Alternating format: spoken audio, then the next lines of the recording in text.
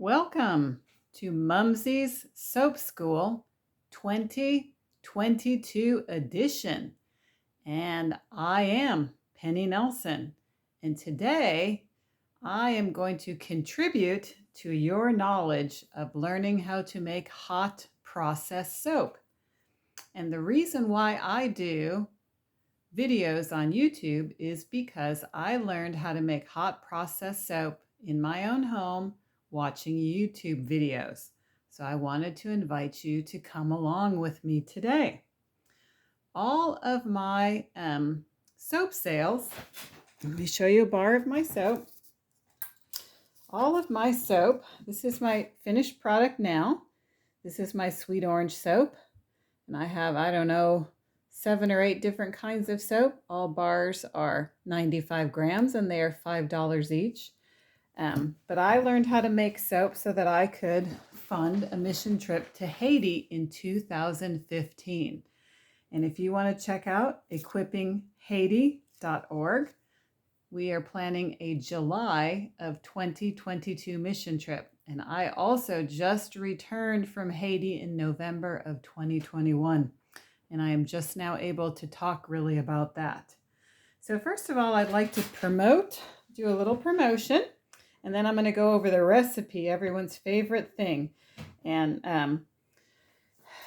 if you are interested, I live in Marion, Illinois, and I can do soap school, a class like this in your space for $33.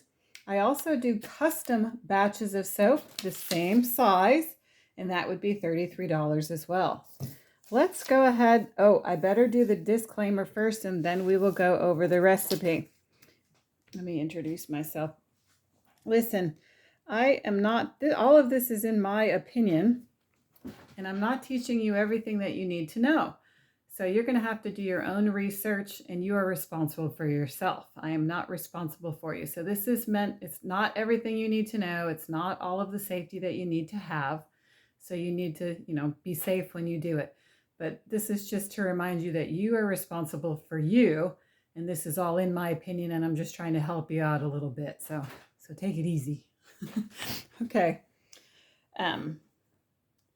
Let's see. Let's start with the recipe. Now you can use any cold process recipe to do hot process soap. And the difference is that when you put the soap in the crock pot, it forces the saponification, and then you can use the soap right away. Okay, so that I like that. I don't like to wait.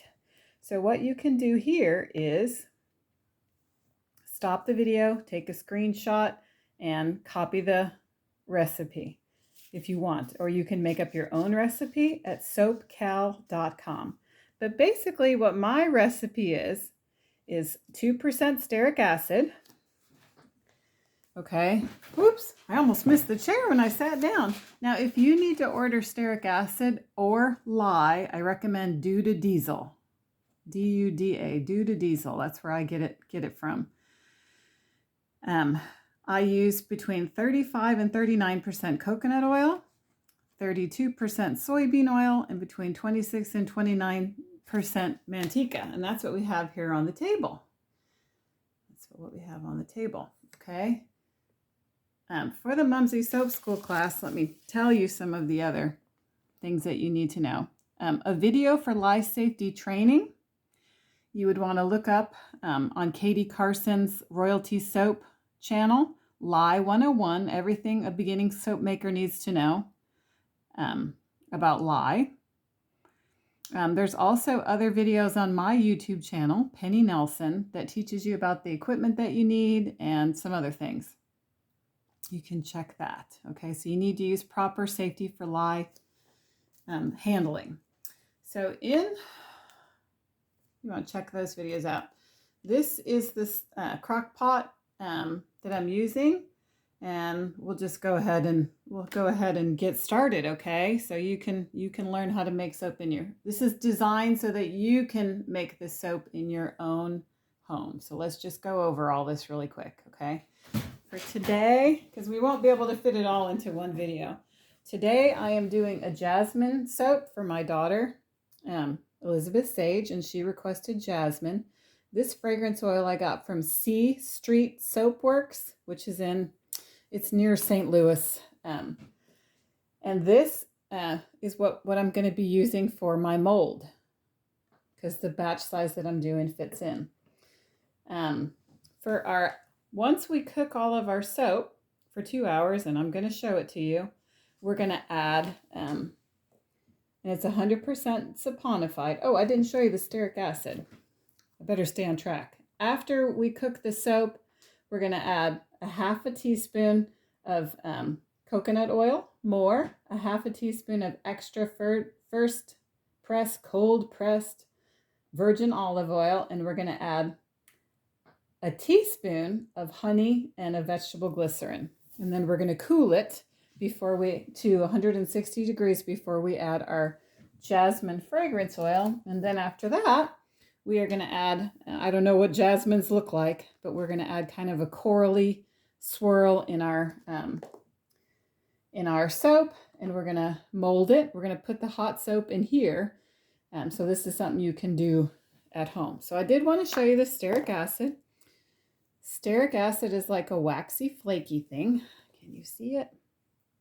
And I have it in a little container, and it makes the bar a little harder and adds a couple of more elements to the soap.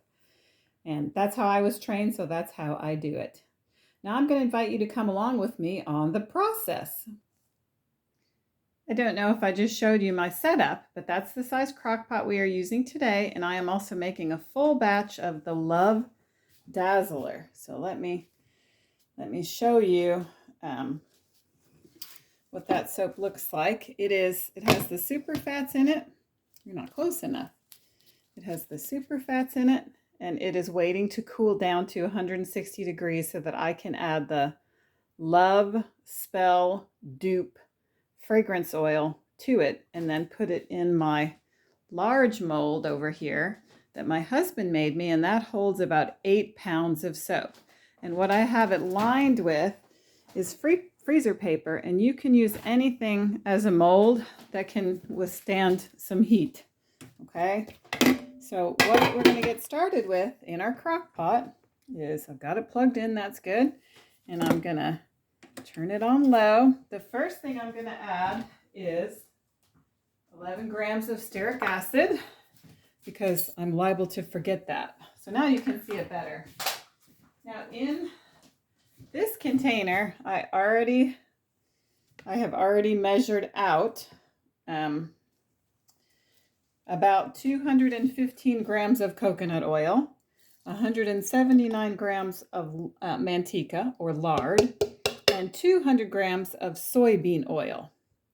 And so that's what I have here in the crock. And I have the crock on low. Scrape some of that. Let's try not to make a mess. If I could just get paid for all of my messes. Okay, now I've already made my lye water, and lye water is the thing that you would need to know how to do. That's the most dangerous part, and you can see I do have my blue gloves on, because lye is chemical hot, and when you put it in this crock pot, it's going to be temperature hot. So I have my other gloves here. I have my lye water right here in a container ready to go. And so what you do is I don't worry about bubbles and bumps and all that stuff. I'm just a dumper. I just dump. But you do need to make sure that your lye water is completely mixed and there's no chunks at the bottom, because I did that one time and it was a bummer. So you add now once you add the lye water to the oils, okay, you're going to blend it together to a trace. And the heat is going to force the saponification. Now, I'm not an expert on cold process soap making because oops, that's my trash can. Can you believe it? I have a trash can.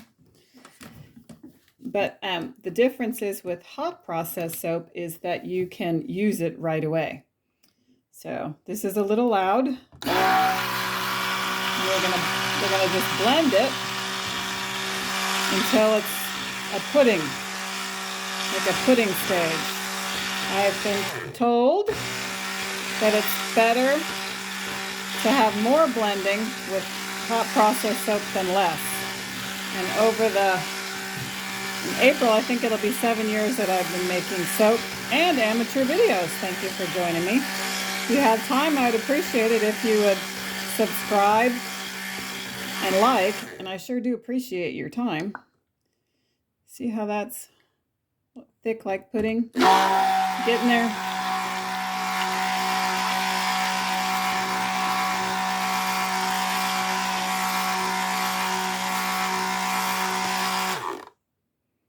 See that? Okay.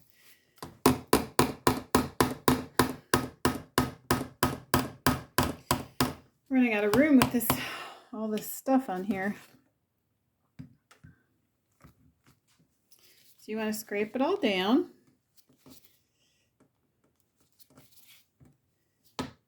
And all of your utensils you're only going to use for soap making, okay? Not for other stuff. I wouldn't do that. Okay, so when I put the time on there, which is 5:12, I don't think I really showed you my immersion stick blender. In order to do hot process soap, you have to have an immersion stick blender. Okay, and also you want to be careful whenever you're blending your oils and your lye, because lye is chemical hot. So if you were to get lye on your skin or in your eyes, that would be very dangerous and very inconvenient. So so don't do that. So don't do that. So I want to show you my cooked soap, because we are going to let the jasmine soap cook for about 2 hours. It might be done before that, but I thought you might like to come along with some of the finished soap that I have over here so you can see that. What I'm doing now, is I take napkins, leftover napkins from, McDonald's or wherever you go, and I wipe off the material from my immersion stick blender and my things, and and then throw them away. That's how I do my cleanup. So that's what I'm doing, is cleanup. So I'm going to stir it, and then I'm going to take a temperature and see if I can add my fragrance oil, because you would not want to add fragrance oil too high, because then it would cook it out. Fragrance oil is expensive, and you wouldn't want to cook out your fragrance oil.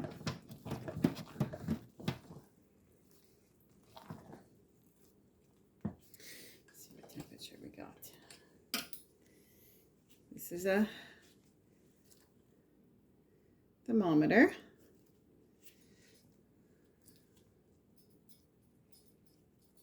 I've been taught that you need to confuse it to get the right.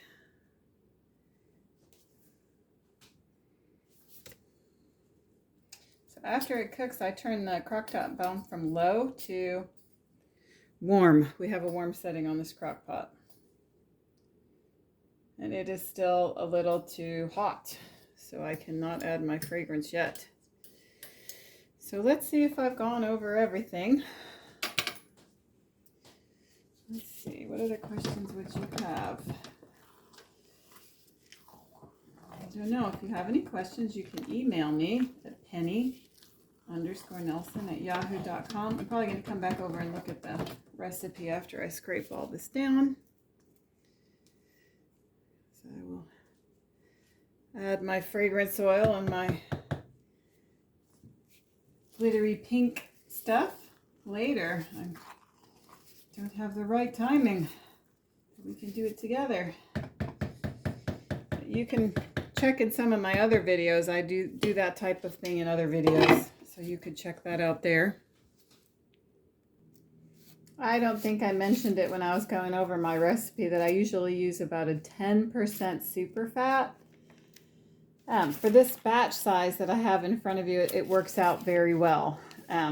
But math is not my favorite thing, so you're going to have to be in charge of your own math. Look at this. It's my secret binder. Just kidding. I don't even have any secrets. Not even on my phone. Not even that's already been deleted. I don't have any secrets. Okay, so this is what I have, and it's called The Steps to Make Hot Process Lye Soap according to Penny.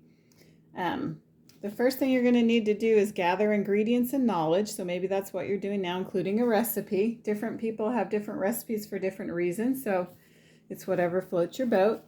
You're going to need to gather the tools that are needed, and I've gone over that in a different video. This crock pot that I use, I got at Walmart for $10. The immersion stick blender I got for Walmart at $10, and you also need a digital scale, or a scale that measures in grams and ounces. And I go by grams because that's better math. Number 3 is you're going to carefully prepare your lye water. Number 4, you're going to prepare your oils. So in our case, I'm using manteca, vegetable oil, and coconut oil as our base oils, but there's a lot of things that you could use, whatever floats your boat. You are going to, doesn't say mix them together. You're going to mix them together carefully in the crock pot and stick blend until trace. Then you're going to cook the batter on low in your crock pot for about 2 hours. In the meantime, you're going to prepare your mold because the soap is going to need to go into something. Now, cold process is more fluidy. Hot process is kind of gloppy. So the mold that I use is that size because I like my bars to turn out this size, okay? But for this batch, we are going to be using, and this is what you, without having to buy a mold, which you can buy molds online, it's going to make a square bar. And our a little bit less than 2-pound batch that we have in our mini classic crock pot, it's going to fit in there, and then you don't have to buy it. You can just tear it off the next day. So you're going to prepare your mold. After your soap is cooked, you're going to add your super fats and continue cooking for about another 30 minutes. Now, the reason why there's a benefit with hot process is that would be a good place to add your more expensive oils if you wanted to add that for nourishing ingredients. For example, excuse me. Oh my goodness. Woo! I'm not going to be able to edit that out. If you wanted to add mango butter or shea butter or cocoa butter, something that's really expensive, I would recommend adding it to the super fats because then it's not going to be saponified at all. All of the soap in the batter is 100% saponified. Okay, so then you're going to cool the soap to 160 degrees and add your fragrance oil or essential oils according to the correct guidelines and directions. You're going to have to check all that out and stir it in. Did I not put honey on this list again? Yeah, that needs to be on there. I changed and I add my honey after cooling. I thought I had updated this and I put it. If you put the honey in the batch, it's going to turn your batch brown. So I think with this little batch, I add it with the other thing. But for a big batch, I like the different colors and I don't like them all to be super brown. So I would recommend adding your honey when you add your fragrance oils. Then you're going to put your soap in the mold and cool it, which is usually the next day. The next day, you're going to unmold it. Then you're going to cut it. And when it's here, you just use a knife. You can just cut it, hopefully you can cut it straight. I cannot. I have a soap cutter. And my bar is huge. And I like it because this is the right size to do the flip. I like a bar of soap and I like it to flip. And it also fits in my soap box. But you can cut it any way that floats your boat. One of the most important things, especially if you're not going to use it just for you, is you're going to want to label your soap and let people know what the ingredients are in here.